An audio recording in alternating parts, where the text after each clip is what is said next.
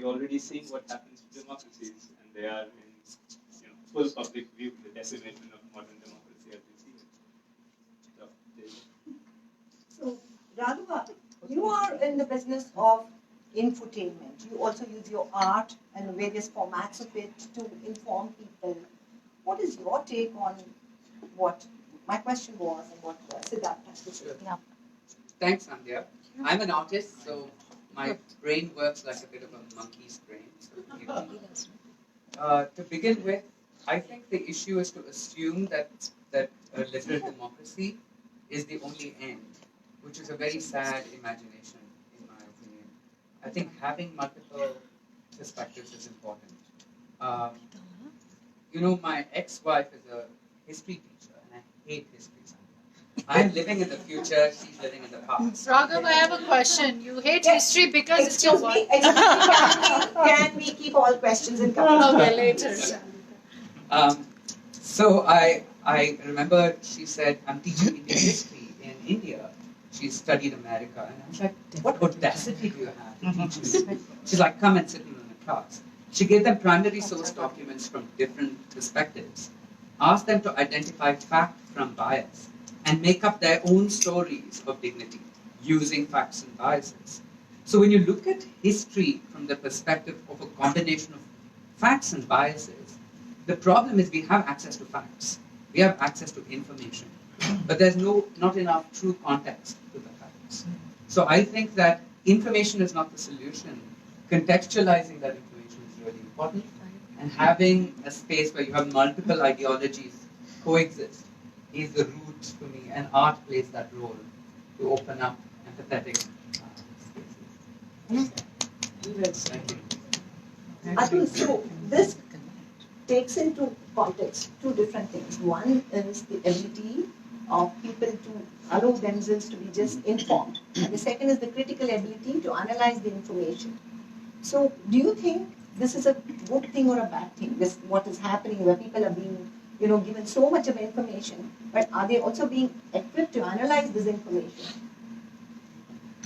Three parts to the question. Yes. First thing, to my mind, I think we live in an age of ironies of sorts. Internet and social media was supposed to unite us.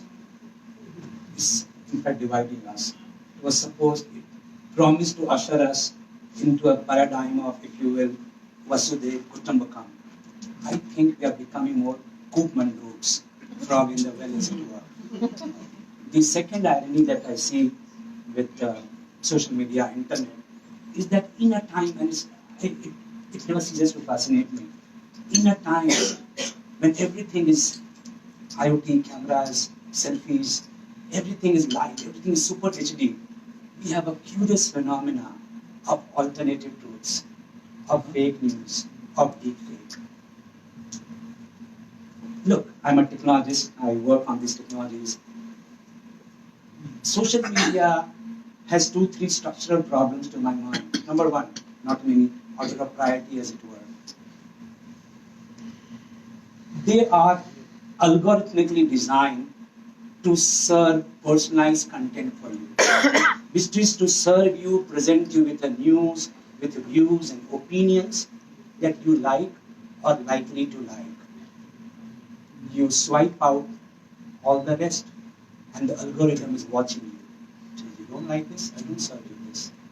That's why if you are in US and everywhere else, India's the same. If I'm watching Republic, I know I don't have to switch on the television channel. I know what side the news would stand on. If I watch some in US, if you are watching Fox or CNN, you think there are two alternative universes, two parallel universes for the same event. It's very Rashomanish. It's very Rashomanish. I think the third structural problem to my mind with social media is that, look, it has upended the traditional media. Traditional media, whatever good and bad, at least it is premised. At least it is premised on truth. It's curated, cultivated content. There is some pretension out there. Social media doesn't even is premised on truth. It's premised on engagement. They make money on engagement. They make money on entertainment. Politics for most people, I'm sorry, I know, I mean, there are two things common I've always believed between third worlders and first worlders, which is we all like politics. Not because we want to go through the cut and thrust of democracy and politics and whatever it may be. It's a good and cheap and easy entertainment. It brings all our primal instincts into it, voyeurism, gossiping, and all that you have. So that, to my mind, and I couldn't agree with Siddarth more. Technology is amoral. It doesn't have morality of its own. You can use the same knife to cut a salad, a Gordian knot, and if you don't like me enough, me too. So, Picking up on a point that you made, Atul, where you said, at least in the traditional format of media, you expected, you felt that it was more credible because it was curated information. I won't go into the details of how different kind of politics and power games come into play in curating that content, but yes, by and large, the media had a lot of respect, and also you expected the people at the helm, the senior journalists and the editors, to be having some kind of code of conduct and ethics. But now, everybody, it is really democratic because everybody is a journalist. Everybody can blog, everybody can take pictures, everybody is a photographer, everybody is a filmmaker. That also said, what is it doing to the representative democracy? Because everybody has a voice now. Earlier, when we needed anything to be done, we thought, okay, we'll go ask the councillor and he will voice it, or in the assembly, the MLA will do it, or the MP will do it in Delhi. Now, everybody wants everything done then. Otherwise, they're tweeting, they're doing, it's becoming like a direct democracy. Is there any kind of a connection at all with what should be the way the government is run and what's happening? absolutely great question. So that may, okay. So look, again, we're talking about social media, spoke about what I would think is a structural issue. It's meant for conflict. I would think, you can blame social media for a lot of things. The epidemic of loneliness, hypochondria, everything. So the idea is not to blame social media, right? So, but coming to this, there's a structural problem I see to what social media has done to our idea of elections and democracy. Our democracy is equal to elections, right? We chose a representative form of democracy. Once we elect somebody, we are a blind democracy. We truly don't have either a view, transparent or opaque as it were, or any say in the running of the government. I don't want to digress right now by saying that we are looking at a wrong problem. Rather than thinking about who to vote for, who should govern us, we should be spending more time on how should we be governed. Okay. So, to me, my mind, the first, the finest, and the most unambiguous example of democracy is when democracy and where democracy started, which is 5th BC, Cleisthenes, Athens. Direct democracy, every matter of state, people gather in town hall and could be agreed, disagreed, debated on basis of show of hands. Now we evolved from that form to a representative form of democracy where we choose a representative. We think they would have, what did Trump say the other day? Unmatched wisdom to do few things. I can't believe you're quoting. The world is in love with him, we won't go there. I'm a lover too. I know. Trump can disrupt your rational thinking. Anyway, the point I guess was making is that system we evolved from direct to the current representative form. In a country like 1.3 billion India, which is not one country, heterogeneous, many countries if you will, and all kind of complexities, that direct form would work. So using direct forms, as Socrates said, has other problems, but so we evolved to a representative form of democracy. Now comes social media. We have opinion on everything, right? Even the jacket Narendra Modi should wear. Or not wear. Should we have, and we bring down, reduce everything to a point where it thinks it needs a vote. Now, to me, coming back to the structural issue, we live in a representative democracy. And you think you're a part of democracy. You're a great democracy. So I think that's where, and that's where this whole disconnect is coming from, to my mind. So I think all of us think that we've done our duty by going around showing our inked finger selfies on social media. I think the point you're trying to make is be more diligent, be more vigilant, and exercise your right the way it should be done if you really want your democracy to work properly. I won't pose the same question to you. My question would be, can technology improve democracy? What do you think, Siddarth? Most certainly, right? And multiple ways, if you want to do it. First one is transparency. Right? If ultimately democracy's goal is to elect a set of representatives who are going to govern you, that's what you just said. That governance, fortunately, is a measurable thing. Yeah. And what modern technology empowers us in ways hitherto impossible is for literally microscopic measurement on the performance of everything. So, for example, Swachh Bharat, we could use our newly founded powers of image recognition to take installation data, usage data, aggregate into gross metrics, and literally publish every day how well the campaign is working. And we could do that on a lot of signature initiatives, including health of our roads, electricity, sanitation, name it. Every public initiative now can be measured directly or indirectly, and its output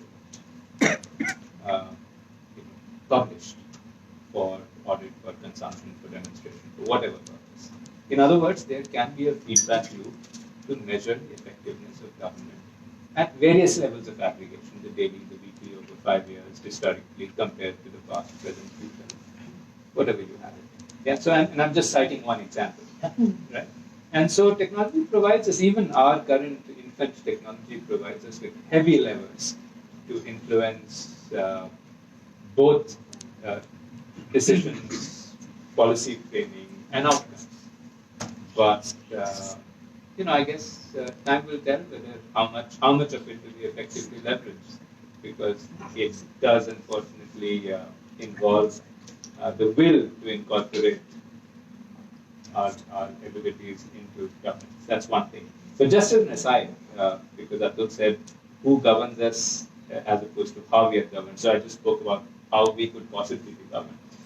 And I every time I have an opportunity to interact with people who are not like me, I ask them one question about how they voted, who they voted for, and whether in their evaluation of who to vote, do they compare, for example,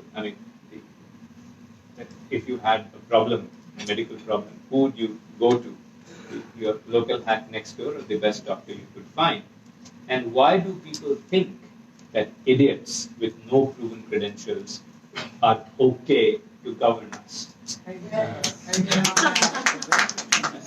What is it?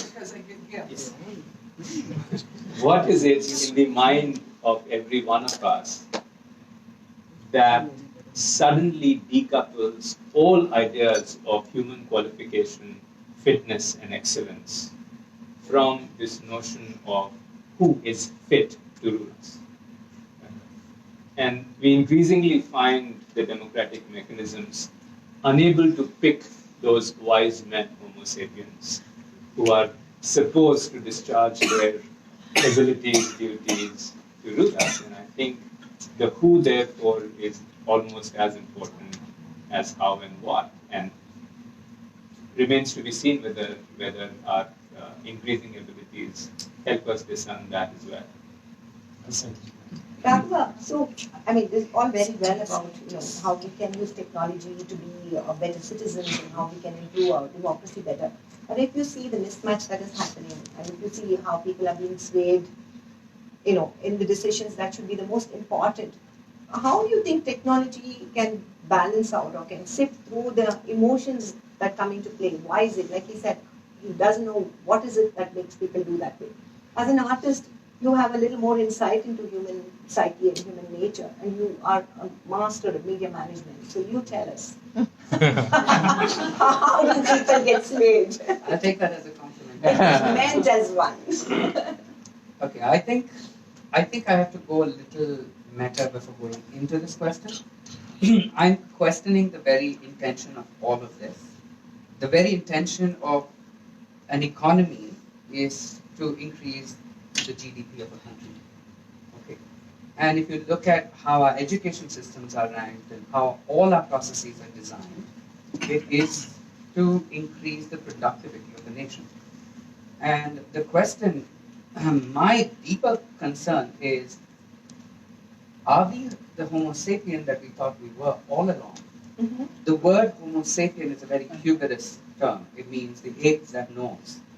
I think that's been proven wrong repeatedly. You were just apes. We're just ape. So my brother and I came up with a new term called Homo mutans, the ape that transcends. And we're not the ape that makes tools. We make tools so that we can transcend. So I agree with you, Atul. The entire book is about how man didn't make the pen. Take the pen, for example, right? You've given other examples, but the pen allowed us to write down our mathematical formulas, do more complex calculations, allowed for geometry, architecture, urban design, and ultimately change the way we behave.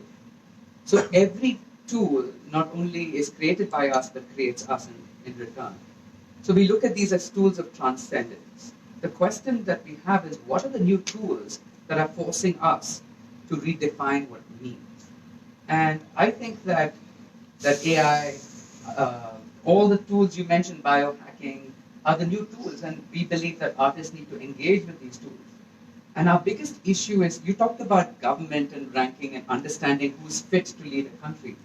Unfortunately, such a metric will fall into a very cerebral space, not an emotional space. And empathy is both positive and negative. Corporates use that to manipulate your behavior, whereas empathy can also allow you to transcend.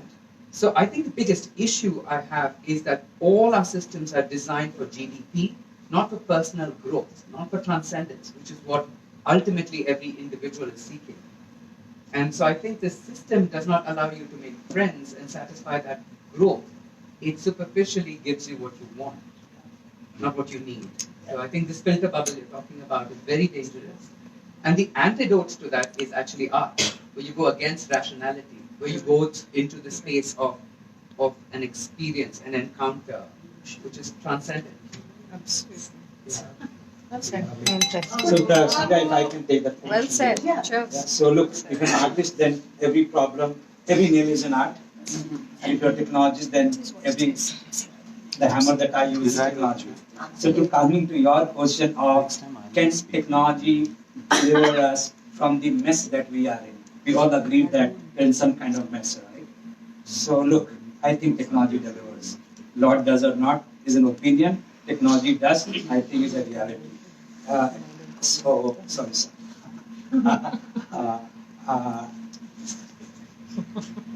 Technology, look, the reason that the Palestinians, IBC, direct show of and democracy couldn't be carried forward because it doesn't scale up, right? You can't bring 1.3 billion people on a town hall. I think technology makes that possible. It actually can deliver the scaled up version of show of hands, which kind of takes into account the multitude of views, values, beliefs, ideas that people have. Voting is not that mechanism. Would also it be guided by an algorithm? No, I'm not leaving it to algorithm. What I'm saying is simple platform. And there are some beginnings. In Taiwan, they have put up a deliberation platform called We Taiwan, okay, where any issues, it doesn't have to be as profound as a Brexit referendum. Any issue. It could be 370, abrogation, or inoperability of 370, whatever. 370, it's put on a public platform. And then they encourage both experts and common lay citizens at least who are to debate, discuss, deliberate on ideas. Over a period, and it's very well managed, over a period of time, two polarized groups emerge. Then these two groups iterate on the draft of or whatever they think should be done.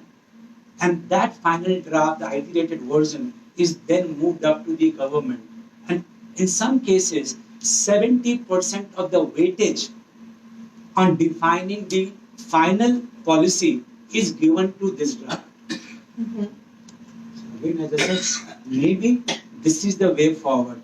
Maybe this is the way to bring in the multitude of views on issues that matter. Because elections in so many ways is a popularity thing. As an economist, I'm sure Mr. Debroy has always felt that good economics was bad politics. So, I think Dr. Manmohan Singh would have something to say about it. Okay. So I think, just to sum it up, I would like to say yes, our representative democracy needs a lot of fine-tuning, and what worked in a small country is more like a, like, I don't know, maybe not even a state in India, the size of Taiwan, would be. So perhaps this is something that we could aim for. I think our disenchantment with politics is because we feel it's so remote from us. And who is guilty of allowing that to happen? It's us, the citizens. Okay, so I'm in danger of sounding like a politician myself. Let me move on to my next question, which is about